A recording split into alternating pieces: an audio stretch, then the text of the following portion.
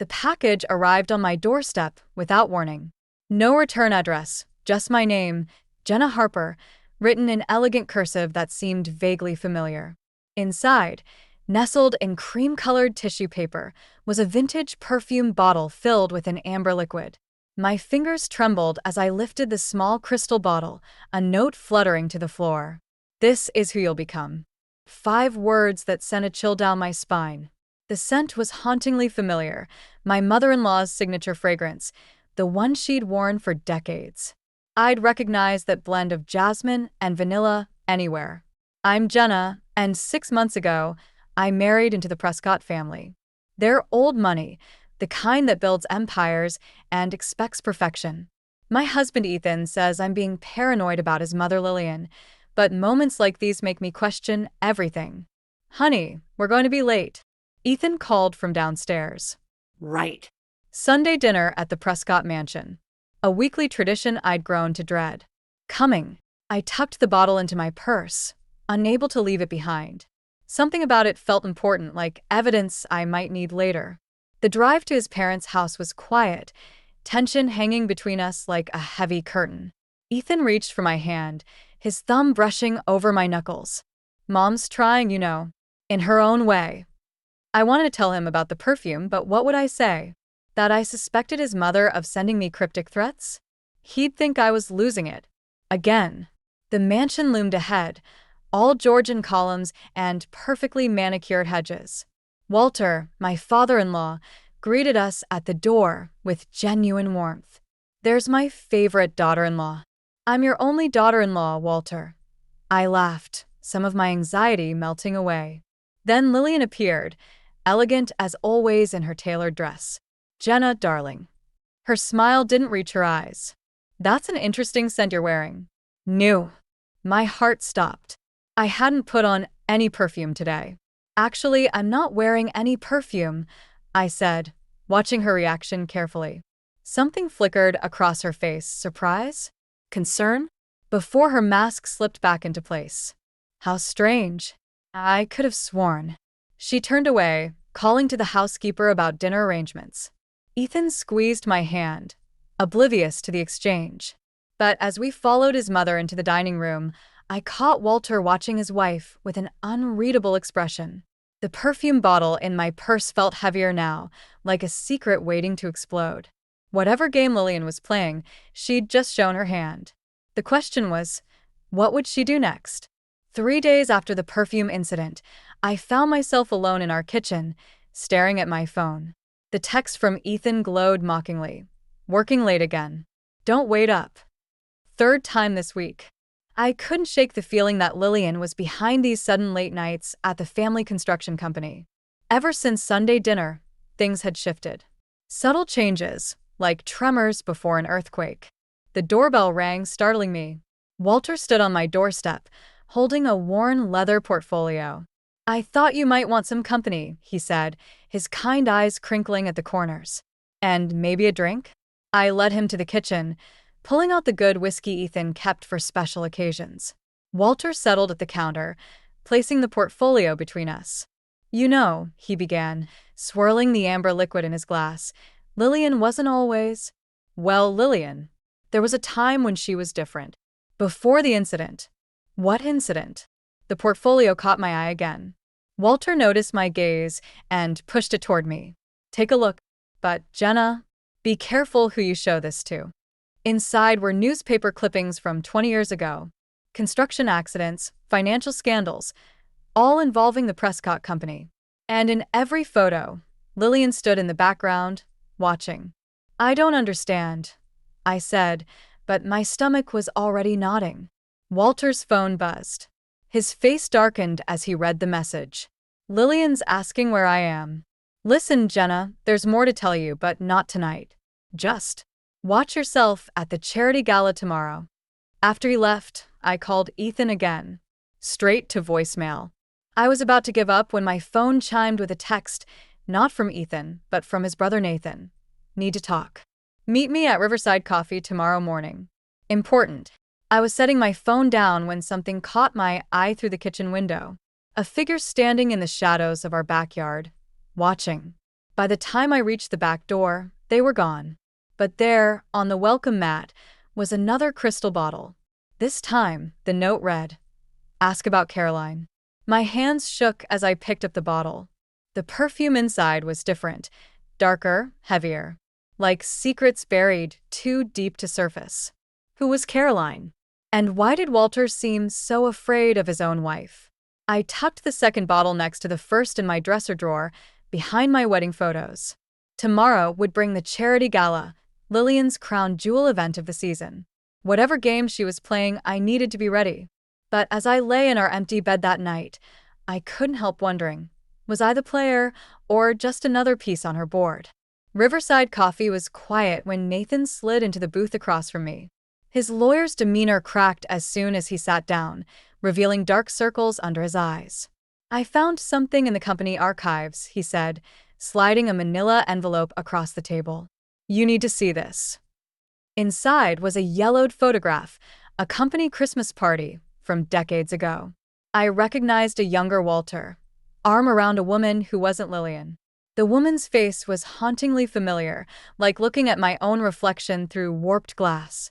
"That's Caroline," Nathan said quietly. "She was Dad's first wife." The coffee turned bitter in my mouth. First wife? Ethan never mentioned. Because he doesn't know.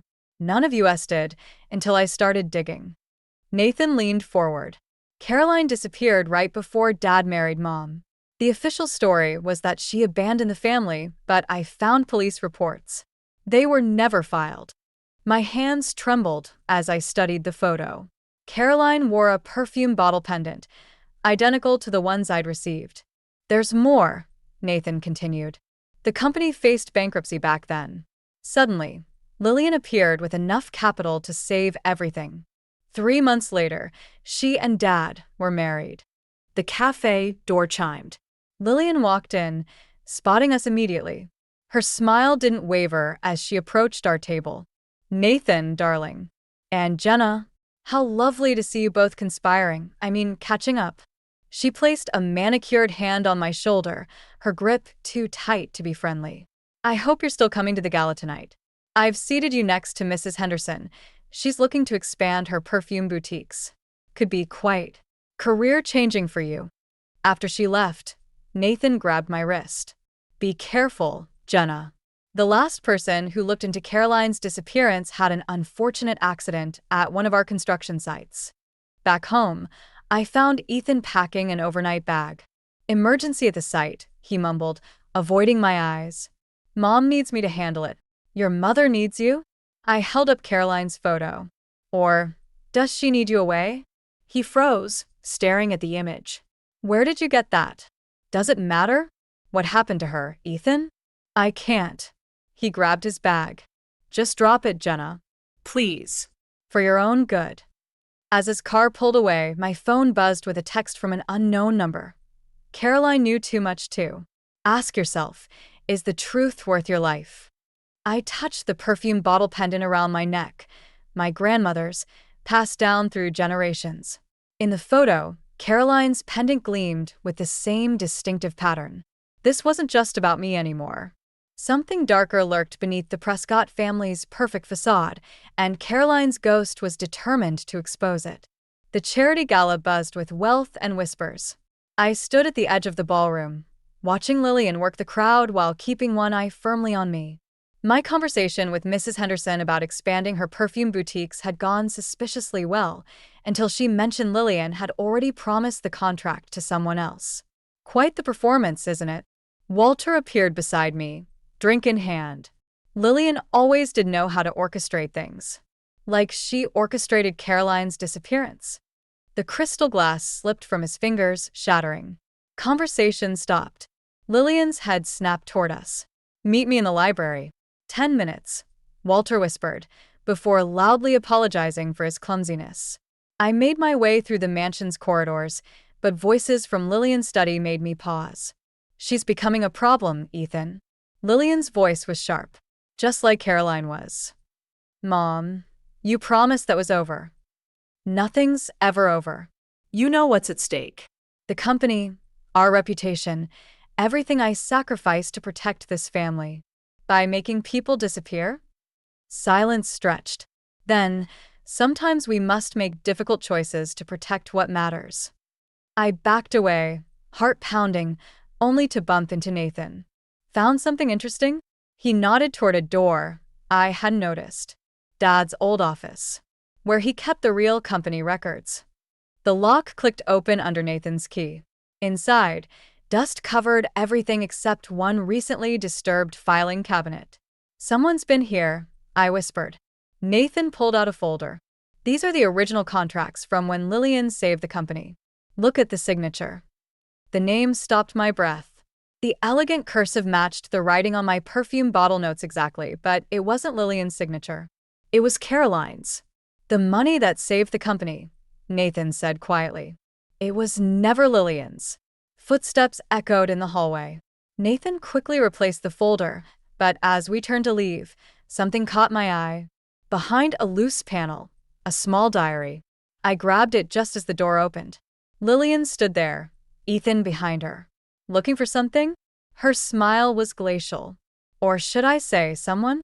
"Mom, don't," Ethan started. "Quiet." Lillian's eyes fixed on my necklace. Caroline's pendant. "Where did you get that?" "It was my grandmother's." The color drained from Lillian's face. For the first time, I saw real fear in her eyes. "Impossible," she whispered. Caroline had no family, but she had. And suddenly, I knew why the reflection in that old photograph looked so familiar. Caroline wasn't just Walter's first wife. She was my mother. The diary burned in my purse throughout the gala dinner. Lillian kept shooting glances my way, her perfect hostess mask slipping whenever our eyes met. Walter hadn't shown up for our library meeting. Instead, he'd disappeared entirely from the party. "A toast," Lillian announced, rising from her seat. "To family and the secrets that bind us." The crystal glasses clinked. I didn't drink. "Jenna," she continued, her voice carrying across the table, "why don't you tell everyone about your exciting new position with Mrs. Henderson's company?" My stomach dropped. Ethan looked up sharply. "Oh, didn't she mention it?" Lillian's smile was razor-sharp. "She's planning to leave her current job. Apparently, family loyalty means nothing these days." "That's not," I started. "Just like some people abandon their children," she cut in. "Isn't that right, Walter?" Walter's empty chair seemed to mock me. "Mom, stop," Ethan warned, but his voice wavered. I stood up, my chair scraping against marble. "You want to talk about abandonment, Lillian? Let's talk about Caroline's money. The contract she signed. The real reason she disappeared." The room went deadly quiet. Nathan tensed beside me. "Careful, dear." Lillian's voice dropped to a whisper. "You're not the first to make accusations. Ask the construction site inspector who fell 6 stories while investigating Caroline's claims." "Are you threatening me?" "I'm protecting my family. Something your mother failed to do." The word "mother" hit like a slap. Ethan's face drained of color. "What is she talking about?" he demanded. I pulled out Caroline's pendant. "Ask your mother why she really married your father. Ask her what happened to his first wife, my mother, and her fortune." Lillian's glass shattered in her grip, blood mixing with champagne. "Security," she called out calmly. "Please escort Mrs. Harper out. She's clearly unwell." "Ethan," I pleaded, but he wouldn't meet my eyes. As security approached, I grabbed Caroline's diary from my purse and threw it on the table. "The truth's all in there, Lillian. Your choice whether they read it here or in court." Nathan stood. "I have copies. Of everything." Lillian's composure cracked. For a moment, I saw raw panic in her eyes. "You're just like her," she hissed. "Always trying to destroy what I built."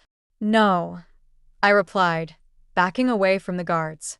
"I'm here to finish what she started." I left the gala with my head high, Caroline's pendant burning against my skin. Behind me, I heard Ethan call my name, then Lillian's sharp command, "Let her go." But I wasn't going anywhere. This wasn't just about revenge anymore, it was about justice. For Caroline. For me. For everyone Lillian had silenced. The real war was just beginning. Walter's body was found at the bottom of the construction site stairs early the next morning. The police called it an accident, too much champagne, a misstep in the dark. But the diary was missing from his pocket, where Nathan had last seen him put it. I sat in our empty house, surrounded by half-packed boxes, when Ethan finally came home. Did you know? His voice was hollow. About Caroline? About being my stepsister? I just found out. My fingers traced the pendant. Did you know about what your mother did? He slumped against the wall. Mom says Walter was drunk, delusional. That he'd been making up stories about Caroline for years. And you believe her? I don't know what to believe anymore. He wouldn't look at me. But Mom's right about one thing. This needs to stop. Whatever you think you know about Caroline, let it go. Please. My phone buzzed. Nathan had texted a video. Security footage from the construction site, showing Lillian following Walter up those stairs last night. Your father wasn't drunk, I said, holding up my phone. But your mother was there. Before I could show him, the screen went black. Dead. Like Walter. Mom wants us all home tonight, Ethan said quietly, to discuss the funeral arrangements. You mean to make sure everyone sticks to her story? He finally met my eyes. Pack your things, Jenna. Whatever this is, it's over. Over? I laughed, the sound brittle. Your mother just killed my only link to finding out what happened to Caroline, my mother. This isn't over. It's just beginning. Then you'll have to choose. His voice cracked. The truth about Caroline or me? I touched my wedding ring, remembering our vows about honesty and trust. I already have. After he left, I found another perfume bottle on our bed. The note read, "Poor Walter chose the past over his family. Don't make the same mistake." My phone was still dead. Nathan wasn't answering his landline. The copies of the evidence he'd mentioned, were they even real? Or had Lillian already gotten to him too? I was alone now. No allies, no evidence, no proof of what really happened to Caroline or Walter. Just a pendant, 2 threatening perfume bottles, and a husband who'd chosen his mother's lies over his wife's truth. But as I packed my bags, I realized something. Lillian had made one crucial mistake. She thought she was fighting Caroline's daughter, but she'd created something far more dangerous. She'd created someone with nothing left to lose. Nathan's text came at midnight. Mom's office. Now. I found something. I slipped into the Prescott building using Ethan's keycard, the one he'd forgotten at home while packing his things. The top floor was dark except for Lillian's office, where a single lamp cast long shadows. But it wasn't Nathan waiting for me. Wondering where your brother-in-law is? Lillian sat behind her desk, Caroline's diary open in front of her. He's quite safe. Unlike Walter. What did you do to Nathan? The same thing I did 25 years ago. Protected my family. She lifted a familiar perfume bottle. Caroline wore this the night she threatened to expose the truth. About the embezzlement, the forged contracts, everything. My hand went to my pendant. You mean when she tried to stop you from stealing her money? Her money. Lillian laughed. Oh, darling. It was never hers. Ask your grandmother, the one who helped me make Caroline disappear. The floor seemed to tilt beneath me. You're lying. Am I? She slid a yellowed letter across the desk. My grandmother's handwriting. A detailed plan to frame Caroline for fraud, forcing her to flee the country.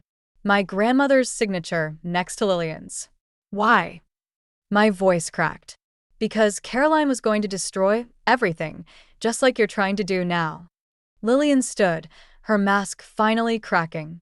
She didn't understand that sometimes we have to become monsters to protect the ones we love. Like you protected Walter? Walter made his choice. Her voice hardened, just like Ethan made his. The door opened behind me. Ethan stepped in, his face unreadable. I'm sorry, Jenna, he said quietly. But Mom's right. Some secrets need to stay buried. For the family? I backed away from both of them. There is no family, just her web of lies. Then why are you really here? Lillian challenged. Revenge? Justice? Or are you just afraid of becoming exactly like me? I pulled out my phone, the recording light blinking. Neither. I'm here because Nathan needed someone to witness your confession while he took the real evidence to the police. Lillian's composure shattered. Ethan's eyes widened. You see, I continued, Caroline didn't just leave me her pendant. She left a paper trail. One that Nathan found in Walter's safe right after you killed him. Police sirens wailed in the distance. Lillian lunged for her desk drawer, but Ethan was faster, grabbing her arm. It's over, Mom, he whispered. As the officers burst in, I caught my reflection in the window. I didn't see Caroline's daughter or Lillian's victim. I saw myself, finally free from both their shadows. 6 months after Lillian's arrest, I stood in my new office at Henderson Fragrances, unpacking the last box. The morning paper lay on my desk, its headline announcing the Prescott company's restructuring under new leadership, Nathan's. The door opened, and Ethan stepped in. We hadn't spoken since the trial. The divorce papers, he said, placing them on my desk. I signed them. I nodded, touching Caroline's pendant. How's your mother? Getting help. Prison therapy was part of the plea deal. He paused. She asks about you sometimes. Says you reminded her of herself before everything. That's what she was afraid of all along, wasn't it? That I'd become her? Maybe. He picked up one of the perfume bottles Lillian had sent me, now evidence in a closed case. Or maybe she saw in you what she could have been, if she'd chosen differently. I signed the papers, my new signature feeling strange yet right. And what about you? Still trying to save the family legacy? No. He smiled sadly. Just trying to build something honest for once. Nathan's helping me start my own company. Something smaller, cleaner. As he turned to leave, he stopped. Did you ever find out? About Caroline? Nathan's investigator tracked her to Buenos Aires. She died 10 years ago. Cancer. My voice caught. But she left letters. About me, about everything. She wanted to come back, but my mother's threats kept her away. Yeah. After he left, I opened my computer to find an email from Nathan. Found this in Walter's old files. Thought you should have it. The attachment was a photo, Caroline holding me as a baby, Walter watching from the doorway. On the back, in Walter's handwriting, the truth always finds its way home. I placed the photo next to the 3 perfume bottles on my shelf, Lillian's threats now transformed into reminders of how far I'd come. My phone buzzed with a text from Mrs. Henderson about our upcoming fragrance launch, Legacy. The name had been my idea. Not for the Prescott's legacy of secrets and control, but for Caroline's legacy of resilience and truth. For Walter's final act of courage. For my own journey from victim to survivor. I touched the pendant one last time before heading into my first board meeting. The scent of my new perfume line lingered in the air, not jasmine and vanilla like Lillian's, but something entirely my own. Sometimes the most powerful revenge isn't in destroying your enemies, but in refusing to become them. In choosing, instead, to become yourself.